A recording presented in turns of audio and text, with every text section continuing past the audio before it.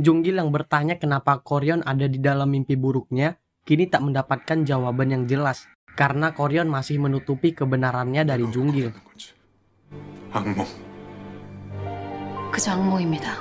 Junwoo yang masih tidur, kini dibangunkan oleh ibu dan adiknya, sehingga dia merasa senang dan langsung memeluk sang ibu. 엄마? 진짜 팀장님이랑 되는 일을. Tapi setelah disadarkan, ternyata yang diciumnya itu adalah Lim, yang sedari tadi memperhatikannya tertidur di kantor. Karena rindu dengan kondisi ibunya, Junwoo sengaja datang ke kedai sang ibu. Namun dia melihat bahwa kedainya tutup sementara waktu. Tak lama, adiknya yang bernama Choi Min keluar dari kedai dan terkejut dengan kehadiran Junwoo. Karena dia terlihat seperti Ajusi yang ada di episode sebelumnya. Setelah ditanyakan, ternyata ibunya sedang sakit, sehingga harus istirahat sementara waktu. Sedangkan Choi Min kini membuka les privat untuk anak SMP, agar bisa menutupi biaya hidupnya dan juga mengambil cuti kuliah dalam beberapa waktu. Junwoo yang ingin menemui ibunya kini mengunjungi rumah sakit, namun ia teringat dengan jarak batasan yang bisa membahayakan dirinya, sehingga Junwoo tertahan di lorong ruangan. Ibu yang datang setelah menebus obat akhirnya bertemu dengan Junwoo.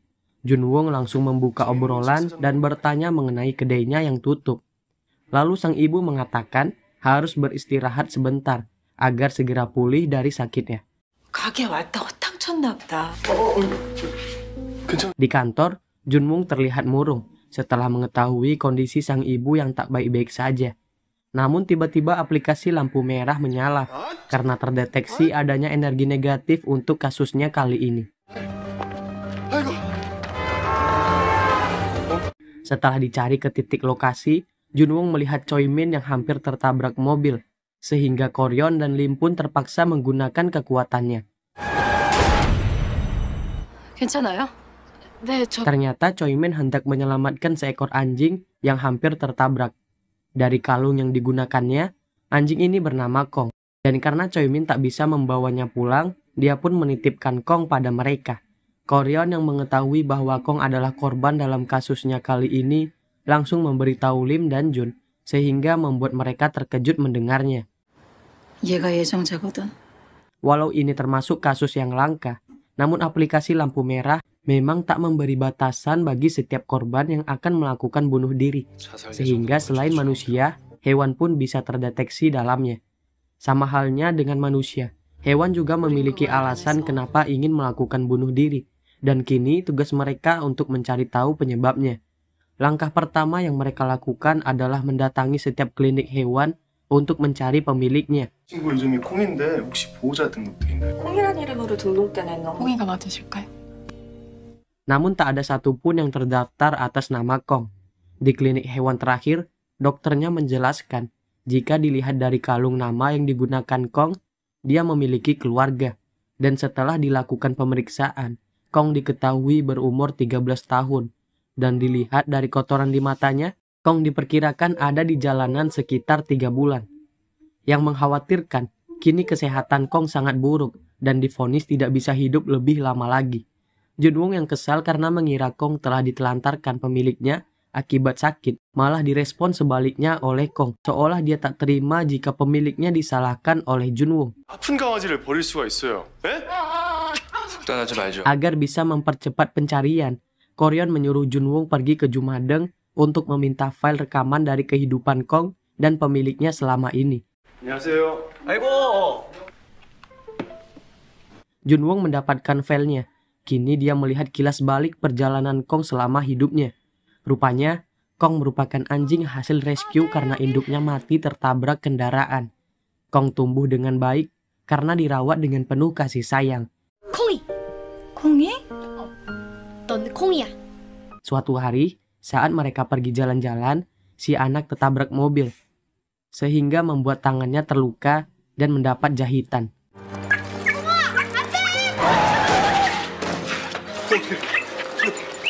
Walaupun merasakan sakit, anak ini tak pernah menyalahkan Kong atas apa yang menimpanya.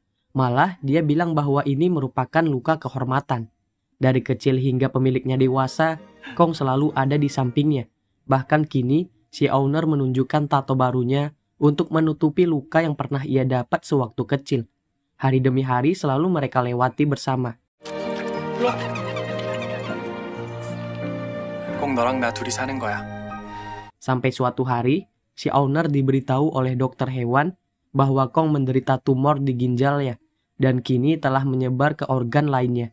Dan jikapun dioperasi, dokter tak bisa menjamin kesembuhannya karena usia Kong yang sudah tua. Setelah menonton rekamannya, Junwoong menelpon Koryon dan menyimpulkan bahwa Kong memang ditelantarkan pemiliknya karena sudah tua dan sakit-sakitan. Ditambah dengan laporan Lim yang tak melihat pamflet pencarian Kong. Jadi dia juga menyimpulkan jika Kong memang dibuang. Kong yang dititipin di klinik hewan kini ditemani oleh Junwoong. Namun setiap dia memaki pemiliknya, Kong selalu merespon tak ramah. Sehingga Junwoong pun menyadari bahwa dugaannya salah. Karena sebenarnya Kong bukan ditelantarkan, melainkan kabur sendiri dari rumah. 그래, 진짜 나쁜 놈이지. Junwoong langsung menghubungi Koryon untuk mencari pemiliknya melalui grup daring agar bisa lebih cepat. Dan memang benar, setelah Lim mencarinya berdasarkan tanggal postingan, dia menemukan seseorang yang mencari Kong sejak 3 bulan yang lalu. Ternyata, pemilik Kong ini bernama Kim Suyon, yang kini sedang membuat desain anjing untuk kliennya. Sehingga itu membuatnya sedih karena mengingatkannya kembali pada Kong. 훈이 씨, 일러스트 다 돼요. 울어요?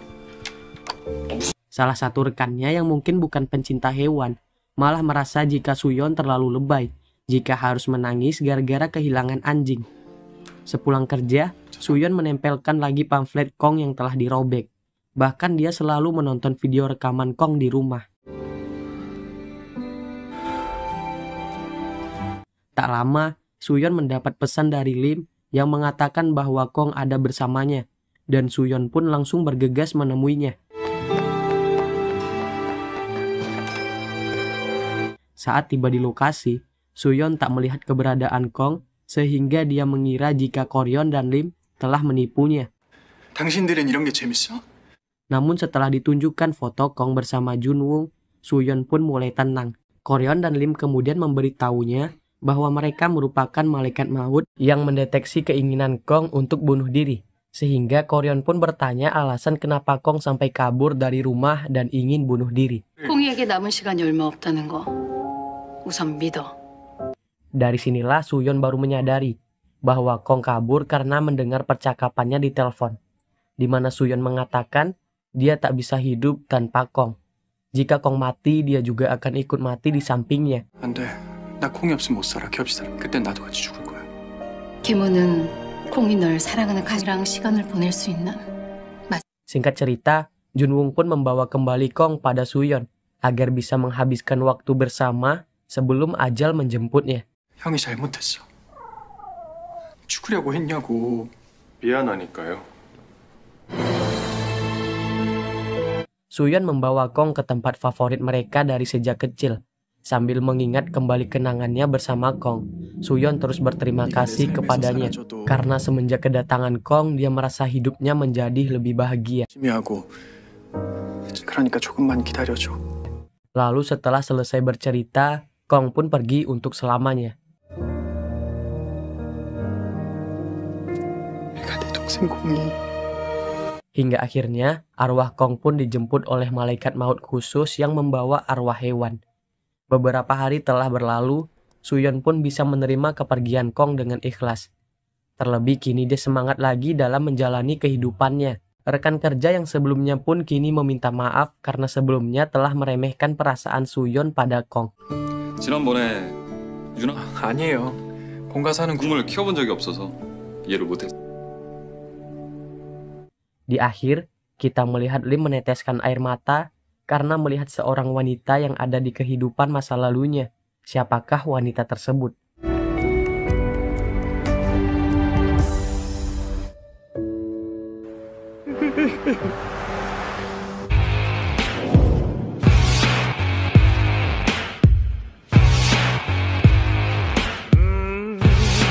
지냈다고?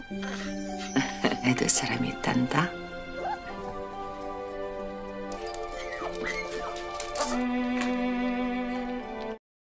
Cerita dibuka dengan potongan kisah masa lalu Koryon. 명예롭게 죽을 것인지. 뵐 것입니다. Koryon tak mengerti kenapa Junggil mirip seseorang yang ada di masa lalunya. Kini bertanya pada sang kaisar. Namun seperti biasa, jawaban sang kaisar masih membingungkan.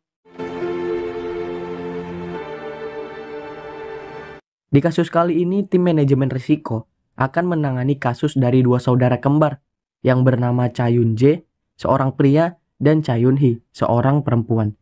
Sebelum bertindak, Koryon memperingati Junwoong untuk lebih berhati-hati karena kasus kali ini merupakan hal yang sensitif bagi Lim, di mana akan bersangkutan dengan korban kekerasan seksual. Ternyata saat Lim masih kecil, sang ibu menjadi korban pemerkosaan hingga ibunya memutuskan untuk bunuh diri. Yun-hee masih terbaring di rumah sakit, sedangkan Yun-jae hanya melihat dari luar pintu. Korban dalam video rekaman CCTV ini adalah Yun-hee, dan pelakunya hanya divonis 2 tahun penjara dan masa percobaan di sidang pertamanya. Orang tua Yun-hee mengajukan banding, jadi tugas mereka adalah untuk menurunkan tingkat energi negatif dari Yun-hee dan Yun-jae. Koryon mendatangi Yun-hee dan mengatakan bahwa kini dia merupakan jaksa yang akan menangani kasusnya. Sedangkan Junwoong dan Lim mendatangi Yun-jae yang sedang berdemo sendirian. Junwoong memperkenalkan dirinya sebagai reporter dari koran lokal yang ingin membantunya dalam menangani kasus sang adik. 없으니까 그만하라고. 난 더 듣고 싶은데. 난 항소 관심 없어요. 어쩌지? Kemudian, Yun-jae menceritakan kisah masa lalunya sebelum sang adik menjadi korban kekerasan. Rupanya, Yun-hee merupakan gadis yang ceria dan senang dalam menjahili kakaknya. Suatu malam, Yun-jae yang sedang minum dengan teman-temannya tak sengaja bertemu di kafe yang sama dengan Yun-hee. Saat akan pulang, Yun-hee sempat mengajak Yun-jae untuk pulang bersama karena dia merasa takut jika pulang sendirian. Namun, Yun-jae menolak dan menyuruh Yun-hee untuk pulang duluan. 집에 같이 가주면 안 돼? 가자. 아, 빨리 그냥 가. Saat berjalan dari belakang, muncul seorang pria yang mengikutinya. Di sini Yun-hee malah mengira jika pria yang merangkulnya ini adalah sang kakak. Namun setelah dilirik, si pria langsung mengancamnya dan menyuruh Yun-hee untuk mengikutinya. Sadar kondisinya dalam bahaya, akhirnya Yun-hee pun mencoba kabur dari si pria. 조용히 가봐.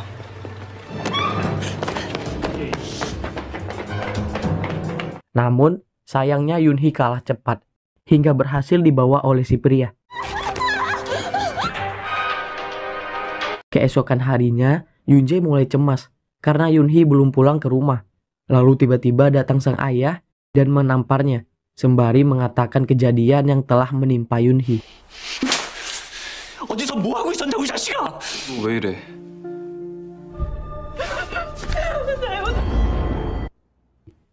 Yun-hee yang trauma kejadian di malam itu, kini berteriak ketakutan. Lalu, Shin pun mundur pada saat sidang pertama. Yun-hee yang duduk sebagai saksi di persidangan, kini diberi beberapa pertanyaan. Namun setiap kejadian yang dijelaskan selalu diputarbalikkan oleh si pengacara tersangka. Sehingga hukuman yang diberikan terbilang ringan, hanya dengan 2 tahun penjara. 인 줄 알았어요. 이긴다고 협박해서 따라갈 수밖에 없어. 적으로 저항하지 않았죠. 그만큼 소리를 질렀다면 누구라도 고인의 행위에 동의한 거 아닙니까?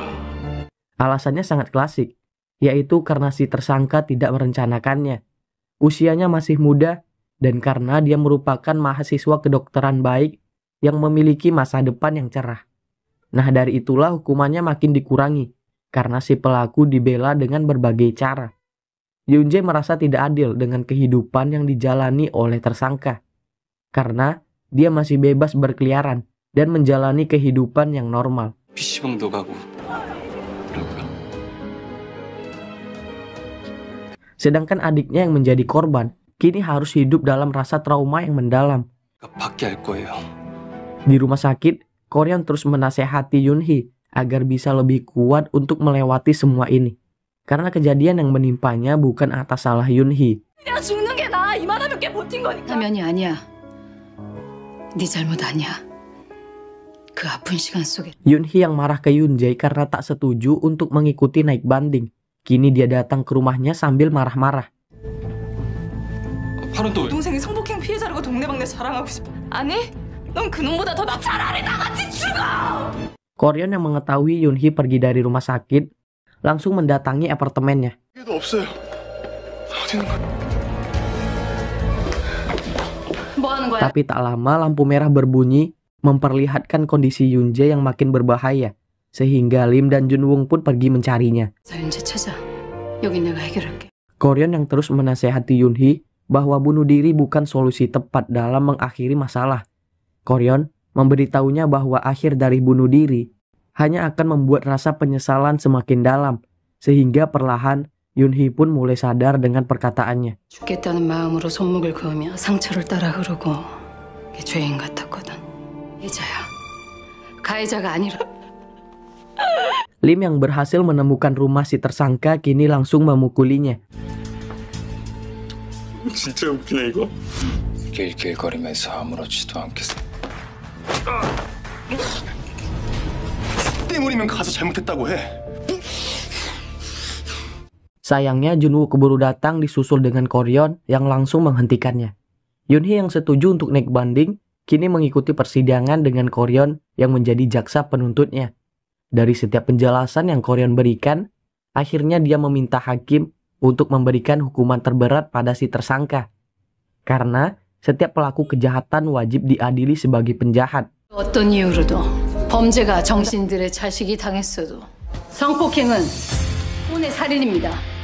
자, 피고인 탕남이르게 Singkat cerita, si pria diberikan hukuman 10 tahun penjara. 만 24년을 구형합니다. Lalu saat dibawa menuju penjara, bis mereka dihentikan oleh Junggil yang akan mencabut nyawanya. 1997년 9월 27일 끝생을 거두어들인다. 너 죽어. Para sipir yang keluar dari mobil akhirnya tak kembali karena bisnya kini habis dilalap api. Sebagai balasan dari setiap kejahatan yang pernah dilakukannya. 좋겠지. 너 같은 인간은 그렇게 교도관! 문 열어줘.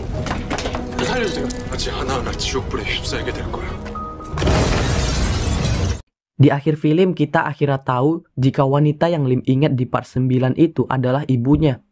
Lalu pada suatu malam, sang ibu yang disayanginya itu malah tergantung di dalam rumahnya.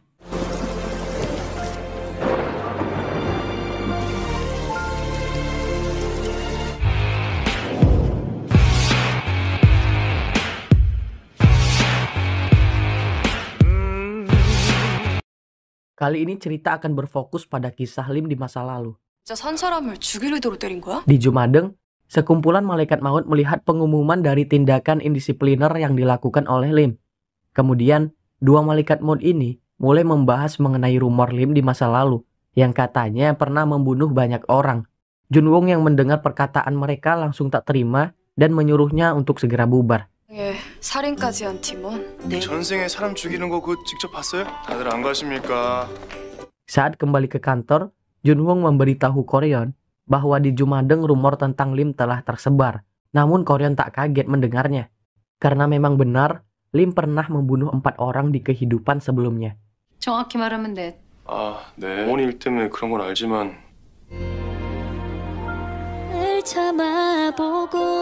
Karena Lim tidak mau membuat surat permintaan maaf atas tindakan indisiplinernya, akhirnya Lim mengajukan surat permohonan mutasi pada Ko. Junwoong yang mengetahui Lim lebih memilih untuk dimutasi, kemudian membujuknya agar tetap tinggal. 대리님 진짜 싫어하는 거 아니었습니까?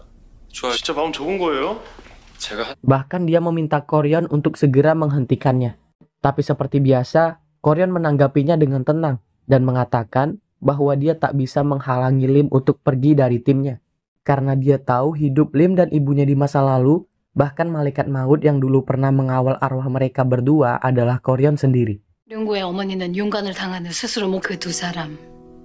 저 바로 나야. 그러실 분이 아니잖아요. 대체 왜? Kemudian cerita pun flashback pada kehidupan Lim sebelumnya. Lim kecil yang pulang ke rumah langsung menangis di hadapan sang ibu. Ia mengadu bahwa kedua temannya selalu mengejek namanya yang dibilang aneh.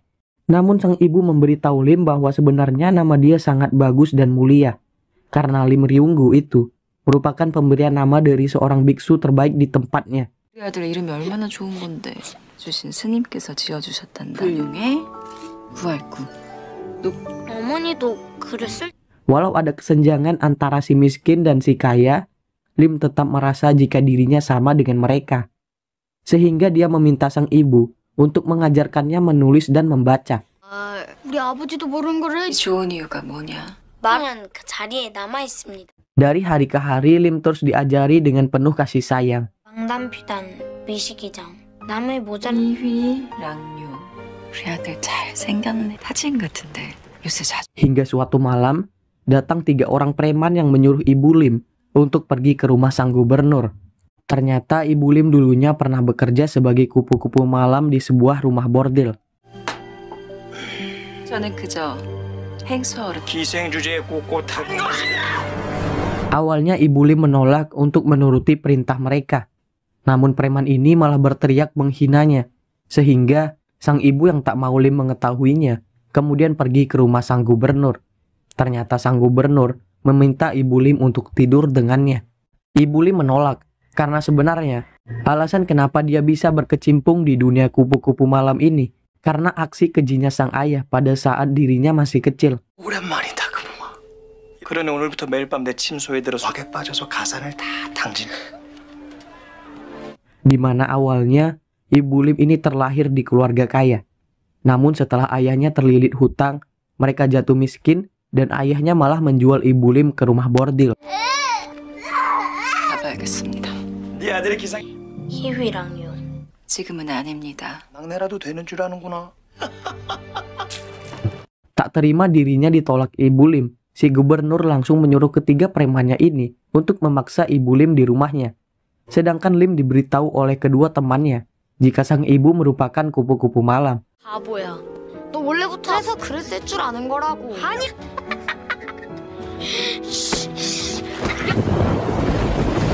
Saat pulang ke rumah, Lim melihat 3 preman yang baru keluar dari rumahnya, sehingga dia mulai yakin jika sang ibu memang bekerja sebagai kupu-kupu malam. Lim yang merasa malu karena telah lahir dari sang ibu, kini memakinya dari luar. Namun setelah memasuki rumahnya, dia telah melihat sang ibu tergantung di depan pintu. 제가 밖에 나가셨던 어머니에게 태어났다면 저도 눈에서 태어난 것도 아닌데 미안하구나. 이렇게 심한 말로 대드는데. Beberapa tahun berlalu, Lim yang sempat mengira bahwa malam itu ibunya telah melayani 3 preman, kini diberitahu oleh sang nenek mengenai kejadian sebenarnya. 입 없을 짓만 안 했다면 모르고 있었던 게냐? Sehingga Lim langsung balas dendam dengan menghabisi Pak Gubernur di rumahnya dan dilanjuti dengan ketiga preman peliharaannya.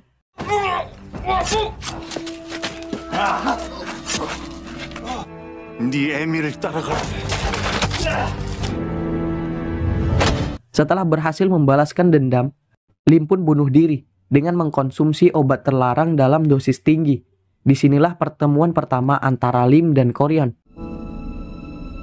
데리러 온 저승의 차사다. Saat mengawal arwahnya, Koryon sangat terganggu dengan suara hisapan hidung Lim karena mati akibat overdosis. Sehingga Koryon menyarankan daripada dihisap, lebih baik digaruk saja jika hidungnya terasa gatal. Dan itulah kenapa Lim selalu terlihat ngupil. 이를 뵐 수 있을까요? 예, 유자 화자. 내가 저승으로 인도했다. 그는 죄. 널 사랑했던 건 누구나 너뿐이었고 부에 미쳐 딸을 기방에 팔아버린. Lim yang mendatangi Koryon akhirnya memutuskan dirinya menjadi malaikat maut daripada harus berinkarnasi. Karena Lim merasa di kehidupan selanjutnya pun dia tak akan bersama lagi dengan ibunya. Nah gini, kita juga tahu bahwa alasan Lim yang selalu pulang tepat waktu saat bekerja itu karena dia selalu mencari keberadaan reinkarnasi ibunya di masa sekarang. 있다는 게 너무 가혹하지 않아요? 아직 어머니 다 낫지 않아요? 어머니께 안 좋은 일이 생기면 그때는 어떻게 돼요? 네, 고객님. 특이하고 예쁘네요. Di kantor, Lim sudah bersiap mengemasi barang-barangnya yang akan dimutasi ke divisi lain. Sehingga Junwook mengajaknya untuk makan malam bersama terlebih dahulu. Sayangnya, Koryon tak bisa ikut karena ada urusan lain. 저랑 같이 치맥하러 가요. 팀으로 옮기길 잘했네요. 소고기. 예. Di jalan, Lim tak sengaja melihat lagi wanita yang mirip dengan ibunya, sehingga suasana hatinya berubah jadi sedih lagi. Di kedai, Junwoong mencoba menenangkan Lim agar tidak terus larut dalam kesedihan. Namun Lim merasa bahwa kematian sang ibu merupakan kesalahannya, karena telah memaki sang ibu pada malam kejadian. Dan itulah penyesalan mendalam yang Lim rasakan hingga sekarang. 어머니 맞죠? 아니셨으면 좋겠어요. 때문에 죽었거든요. 내가 죽였어요.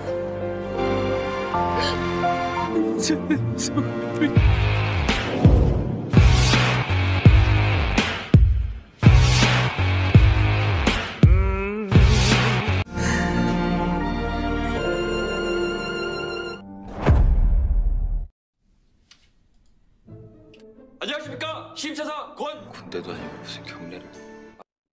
Kasus kali ini akan berfokus pada kasus Lim dengan kisah masa lalunya. Lim yang sekarang telah dimutasi ke bagian penjualan, kemudian mendapat tugas untuk masuk ke mimpi seorang ahjuma yang akan segera menemui ajalnya.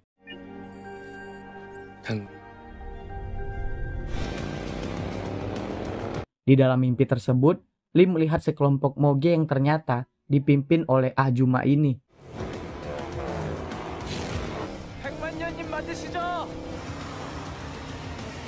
Lim memberitahu pada ahjuma bahwa sebentar lagi dia akan menemui ajalnya, sehingga Lim menawarkan kesepakatan pada ahjuma agar bisa berpamitan pada anaknya. 방문서, 통장 비밀번호 등. 할머 정신 든 거야? 말고 너답게 살아. Setelah beres berbelanja, Junwoong mendapati notif bahwa Lim Yuhwa terdeteksi berencana bunuh diri. Seperti yang kita ketahui, Yuhwa ini merupakan reinkarnasi dari ibunya Lim. Junwoong berencana memberitahu Lim kini dilarang oleh Koryon karena dia tak mau melihat Lim sedih lagi memikirkan ibunya. Untuk mengetahui motif Yuhwa yang sebenarnya, Junwoong dan Koryon pun melamar pekerjaan di toko Yuhwa bekerja. 라고 이름만 같을 뿐 다르다.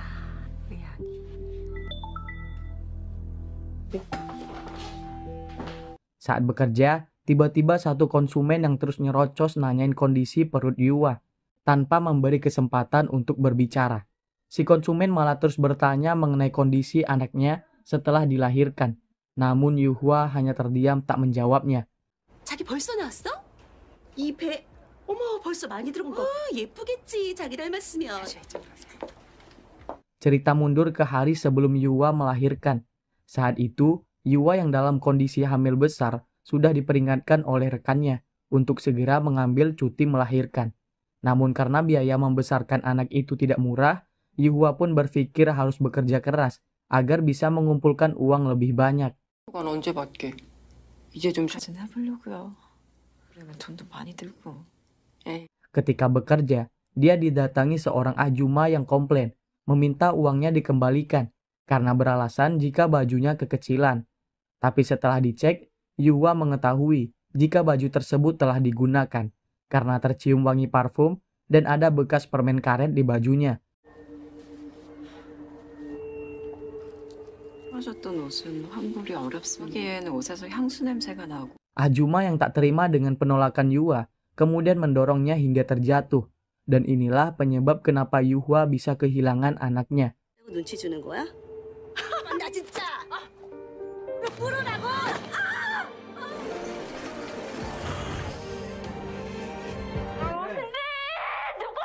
Nah ternyata kali ini ahjuma datang lagi untuk menyerang Yuhwa.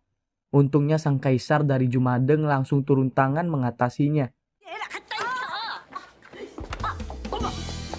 너 어디 뭐가 잘못한가 해줄까? 나 이 쓰레기 좀 치워줘. 나 시끄러워서. Selesai bekerja, Junwoong dan Koryon langsung menolong Yuhwa yang terjatuh karena kelelahan. Kemudian mereka mengantarnya hingga ke rumah. 누워 계세요. 토치가도 내려갔어요. Setelah tertidur, Junwoong melihat lampu berubah hijau lagi, sehingga Koryon mencurigai jika kasus Yuhwa kali ini ada hubungannya dengan mimpi. Lalu Koryon pun pergi ke Jumadeng untuk mengeceknya sendiri. 꿈이랑 연관이 있는 것 같아. 들어가 봐야지. Karena Lim telah pulang, Koryon pun meminjam paksa ID pegawai lain agar bisa mengakses ke ruang mimpi. 나 지금 들어간다. Dalam mimpi tersebut, Koryon melihat Yuhwa sedang bersama anaknya yang disebut dengan panggilan lebah madu. Jika Yuhwa tak bisa membedakan antara mimpi dan kehidupan nyata, maka itu bisa membahayakan dirinya. Sehingga Koryon langsung berusaha untuk menyadarkan Yuhwa agar bisa menerima kenyataan yang ada. 꿈이라고. 너 위험해져. 임유아. Junwon yang melihat lampu merah makin meningkat, kemudian mencoba membangunkannya. Namun ternyata Yuhwa telah meminum banyak obat tidur, sehingga Junwon pun menghubungi Lim untuk meminta bantuan. 걘 꿀벌이가 아니야까지 꿈으로 도망칠 건데. 민들이는 어머님이 Lim yang kini ikut masuk ke dalam mimpinya, meminta kesempatan pada Koryon agar bisa menangani kasusnya kali ini.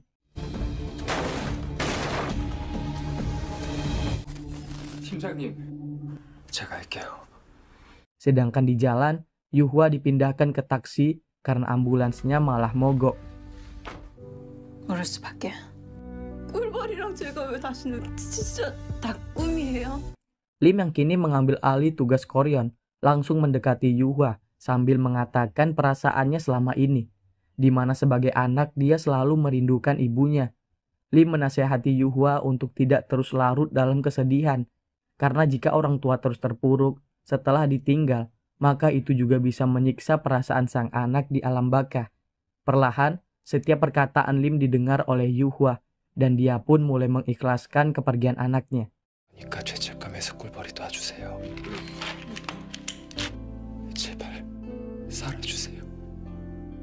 팀장님, 대리님.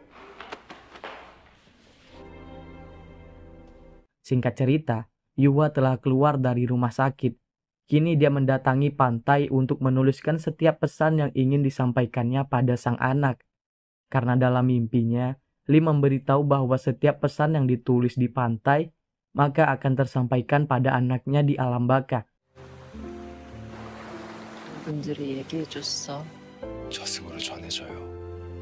Saat suaminya pergi untuk mengambil selimut, Lim datang menemuinya. Lim yang menggunakan kekuatannya tanpa izin, kemudian mengingatkan kembali kisah masa lalu, di mana dirinya merupakan ibu dari Lim Ryunggu.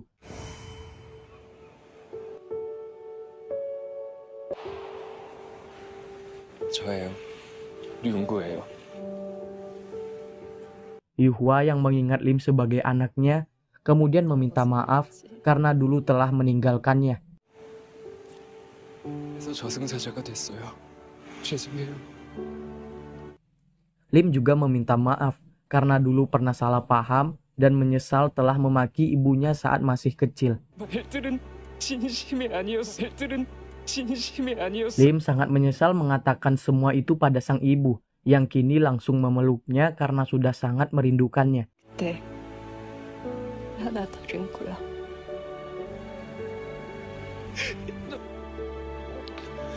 Merasa urusannya telah selesai, Lim pun menghapus kembali ingatan Yuhwa, lalu pergi meninggalkannya. 기억도 곧 사라질 테지만 이번 생도 감사합니다.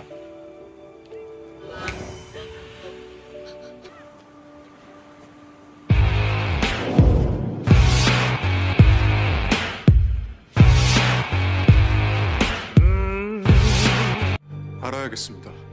무슨 일이 있었길래 지금까지. 현실 세계와 또 다른 모습이잖니. Nah, di akhir kita melihat sang kaisar mengumpulkan para bocil, yang salah satunya adalah anak Yuhwa, yaitu si lebah madu. 엄마랑 아빠한테서 온 편지들을 읽어줄게. Seperti yang Lim katakan sebelumnya, bahwa pesan yang Yuhwa tulis di pantai kini telah disampaikan pada sang anak.